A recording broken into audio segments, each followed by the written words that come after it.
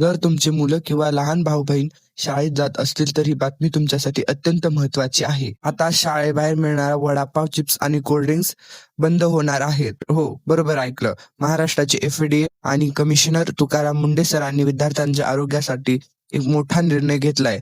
राज्यातील तब्बल 1,08,000 शाळा आणि 2 कोटी विद्यार्थ्यांसाठी सुरक्षेसाठी 6 कडक नियम लागू केले आहेत. नंबर 1, शाळेच्या 50 मीटर परिसरात वडापाव, समोसे, चिप्स किंवा कोल्ड्रिंक्स विकण्यास बंदी असणार.